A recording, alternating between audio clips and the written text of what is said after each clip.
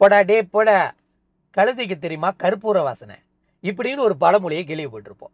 இந்த பழமொழி கேட்டாலே நம்மளுக்கு என்ன பொருந்தும்னா, இவர் சொன்னார இவர் பெரிய அப்பாட்டக்கரோ இருப்பாரோ, பெரிய தலைகட்டோ அப்படின்னு தோண வச்சிரும். ஏன்னா அவங்க பேசுகிற டைலாக் அப்படி இருக்கும். நான் யார் தெரியுமா, நான் எவ்வளோ பெரிய மாசான ஆள் தெரியுமா, நான் எவ்வளோ பெரிய பவரான ஆள் தெரியுமா, எனக்கு எவ்வளோ பெரிய நெட்வொர்க் இருக்குது தெரியுமா, எனக்கு யாரெல்லாம் உனக்கு தெரியும் தெரியுமா, நீலாம் பக்கத்தில் நிற்காது, நீலாம் லுச்சா பசங்க, ஓடி பேர் அடித்தா தாங்க மாட்டேன் அப்படின்னு சொல்கிற மாதிரி ஒரு மாதிரி ஆக்ரோஷத்தோடையோ ஆணவத்தோடையோ நல்ல தலகணத்தையோட பேசுகிறவங்கள கேள்விப்பட்டிருப்போம். அவங்கள பொறுத்த வரைக்கும் என்னோட அருமை பெருமைலாம் உனக்கு எங்கடா தெரிய போகுது, நீலாம் பொடி பசங்க, நான்லாம் வேற லெவல் வேற லீக்கில் இருக்கிறவன். இந்த அரசியல்வாதி பேசுறது கேள்விப்பட்டிருக்கான், சமய சிந்தனை பேசுகிறவங்க கேள்விப்பட்டிருக்கலாம், அறிவு ஞானத்தோட பேசுகிறவங்க கேள்விப்பட்டிருக்கான், டிக்டாக்ஸில் பல பேர் கண்டென்ட்ஸ் பேசுகிறதையும் கேள்விப்பட்டிருக்கலாம். இதை ஒட்டி நம்ம வீட்லேயே சில பேர் பேசுவாங்க பெரியவங்க, கழுதைக்கலாம் எங்கடா கற்பூர வாசனை தெரிய போகுது அப்படின்னு. அதாவது வீட்டில் இருக்கிற பெரியவங்களை நம்ம மதிக்கலைன்னா மதிக்காத வாசி தான் இந்த பழமொழியை வந்து யூஸ் பண்ணுவாங்க. நம்ம என்னமோ குற்றம் செஞ்சிட்ட மாரி, தப்பு செஞ்சிட்ட மாரி குற்றவாளி கூட்டுக்குள்ளே நின்றுட்டு ஐயோ ஏதாச்சும் சீராப்பா நடந்துக்கிட்டுமோ, நம்மளை வந்து எப்படி ஒரு கார்னர் பண்ணி ஒரு வார்த்தையை சொல்லிட்டாங்களே, இப்போ கேரக்டர் அசசினேஷன் பண்ண மாரி ஆயிடுச்சு அப்படின்னு நம்மளுக்குள்ளே ஒரு மனசுக்குள்ளே ஒரு விஷயத்தை புகிட்டிடுவாங்க. இது சரியான பழமொழியான்னு ப்ரீவியஸ் வீடியோவில் ஒருத்தர் கேட்டிருந்தாரு. இந்த பழமொழி பொருளும் தப்பு, இந்த பழமொழியும் தப்பு. கழுதைக்கு தெரியுமா கற்பூர வாசனை, அது தெரிஞ்சு என்ன டிக்டாக்ஸில் வந்து எல்லோ பேக் வச்சுட்டு வியாபாரமாக பண்ண போகுது அப்படி கிடையாது. முழு வீடியோஸை பாருங்கள், உங்களுக்கு புரிதல் வரும். முன்பு உள்ள காலத்தில் பல கண்டங்களில் இருக்கிற மனிதரை பார்த்தோமா, குழந்தைகளை பிறக்க வச்சுட்டாங்கன்னா அவங்க மடியிலே வச்சுட்டு போவாங்க. ஒரு குரங்கு எப்படி அது குழந்தைகளை மடியில் வச்சுட்டு போதோ, ஒரு கேங்குரு எப்படி அதோட கூட்டுக்குள்ளே வச்சுட்டு போதோ, அதே மாதிரி மக்கள் வந்து அவங்க துணியை சுற்றி குழந்தைங்களை வந்து மடியிலே வச்சுட்டு வேலைக்கு போவாங்க. ஒவ்வொரு நேரத்தில் இந்த குழந்தைங்களை இறக்கி வைக்க வேண்டிய சூழ்நிலை, அந்த இறக்கி வைக்கிற இடத்த பார்த்தோமா அவங்களுக்கு பாம்பு இருக்கா, பூச்சி இருக்கா, பூரா இருக்கா, தேள் இருக்கா, வண்டு இருக்கா, இது எல்லாமே தெரியாது.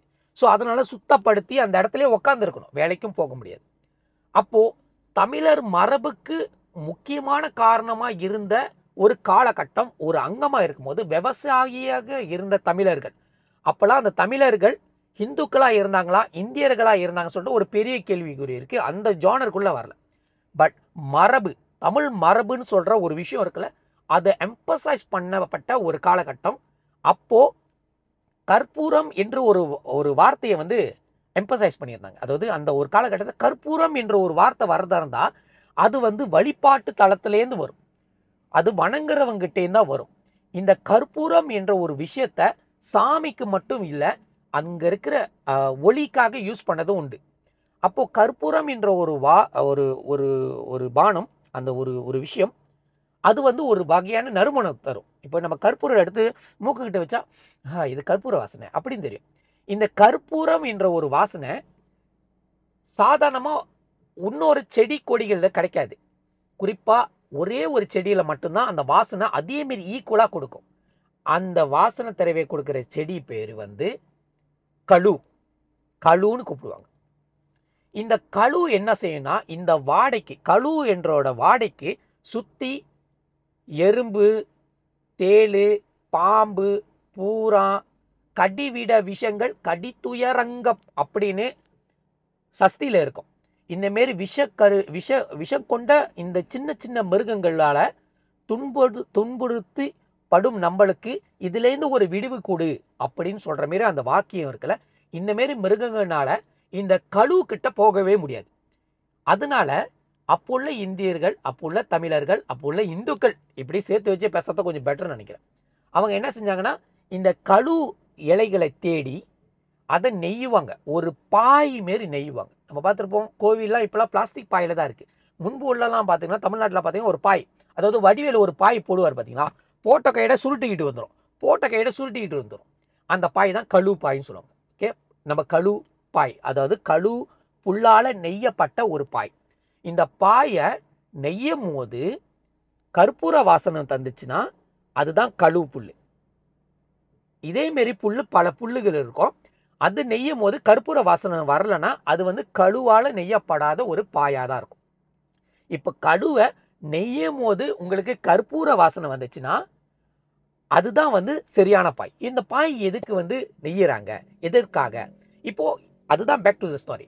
குழந்தைய கையோட வச்சுட்டு சுத்திக்கிட்டு இருந்த இந்த அம்மாவோ அப்பாவோ இந்த குழந்தைகளை தரையில போட்டு பழகணும். அப்ப தரையில போட்டு பழகும் போது ஒரு பாய் வழியாக தான் செய்ய முடியும். அப்ப அந்த கழுப்பாயில போடும்போது இவங்க வேலைக்கோ விவசாயத்துக்கு போகும்போது அந்த கழுப்பாயை நோக்கி பாம்பும் வராது, தேலும் வராது, பூரானும் வராது, எறும்பும் வராது, எந்த வித கடிவிட விஷயங்கள் கடித்துயரங்கம் சொல்ற அந்த ஒரு பிராணி வந்து அங்க வராது, அந்த ஒரு மிருகங்கள் அங்க வராது.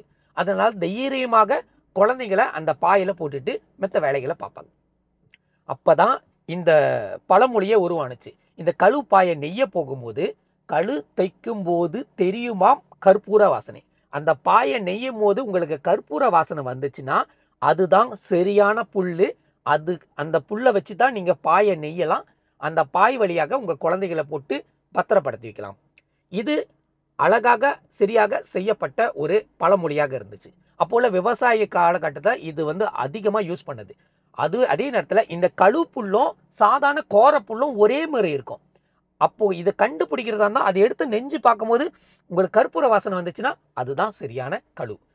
இது ஏன் இப்படி கொண்டுவே பண்ணாங்க சொல்லிட்டு போயிடலாமே. இந்த பச்சை கலர் புல்லு, இந்த நீட்டா இருக்கிற புல்லு, இந்த தென்னை மரத்தை கீழே இருக்கிற புல்லு, அந்த புல்லு இந்த புல்லு சொல்லலாம். அந்த புல்லை விவசாயம் பண்ணி நடணும்னு அவங்களுக்கு கட்டாயம் கிடையாது.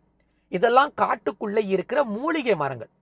எப்படி சித்தர்கள்லாம் வந்து ஒவ்வொரு மூலிகை மரம்லாம் தேடி தேடி எடுத்துட்டு வந்துட்டு அவங்க வந்து சித்த வைத்தியம் வந்து கண்டுபிடிக்கிறாங்களோ அதே மாதிரி தமிழர்களாகிய அப்போல மனிதர்கள் வந்து அந்தந்த மரங்கள் அங்கங்க இருக்கும். அவங்கள பார்த்தாலே சொல்லுவாங்க இந்த இடத்துல வந்து அந்த கழு புல்லு இருக்கு, அங்க போய் எடுத்துக்கோன்னு. அப்ப அந்த கழு புல்லும் சாதாரண புல்லும் ஒரே மாரி இருக்கிற வாசி அதை எப்படிப்பா கண்டுபிடிக்கிறது? அந்த புல்லை எடுத்து நெஞ்சு பாரு, கற்பூர வாசனை வந்துச்சுன்னா அதுதான் கரெக்டான புல்லுன்னு அப்படி சொல்லியிருக்காங்க.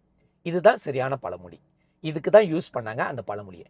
நம்ம தமிழராகிய இந்தியராகிய இந்துக்களாகிய நம்ம இந்த இயற்கையோட பெடைஞ்சு தான் கிடக்கிறோம். நம்மளையும் இயற்கையும் பிரிக்க முடியாது. நம்மளையும் இங்க இருக்கிற இயற்கை சூழலையும் கண்டங்களையும் பிரிக்கவே முடியாது. ஏன்னா நம்ம அப்படி வாழ்ந்த மனிதர்கள். இந்த மாரி நம்ம ஜென், அதாவது இது வந்து ஜென் சொல்லுவாங்க, இயற்கையோட இருக்கிற ஜென் தத்துவம், ஜென் மொழிகள்.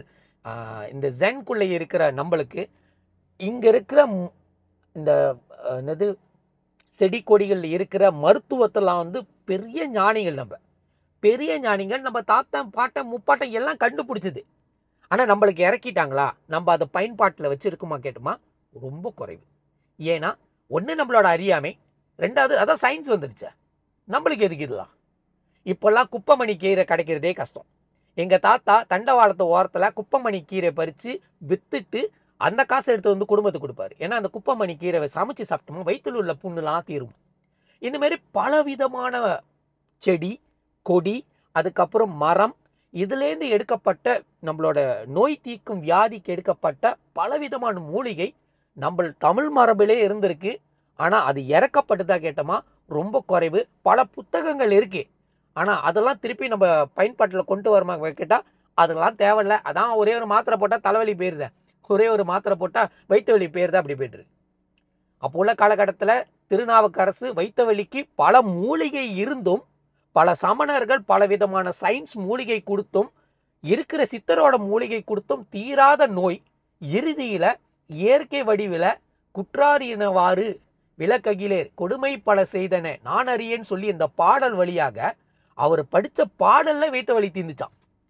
அப்ப பாருங்க, நம்மளுக்கும் இயற்கைக்கும் நம்மளுக்கும் தெய்வத்துக்கும் ஒன்றிணைஞ்சுதான் கிடக்குது. இதுல நீங்க இந்தியர், நீங்க தமிழர், நீங்க ஹிந்து இப்படின்னா பிரிக்காதீங்க. எல்லாத்தையும் ஒன்றா பார்க்குறது தான் என்னோட பழக்கமாக இருக்குது. நான் ஒன்றா தான் பார்க்குறேன். நீங்கள் என்னை துச்சமாக நினச்சாலும் உங்களை வந்து என்னோட சகோதரராக என்னோட நண்பராக தான் பார்க்குறேன். நீங்கள் என்னை எதிரியாக இருந்தால் கூட எனக்கு நண்பராக தான் நான் பார்க்குறேன். மிக்க நன்றி. வாழ்க வளமுடன்.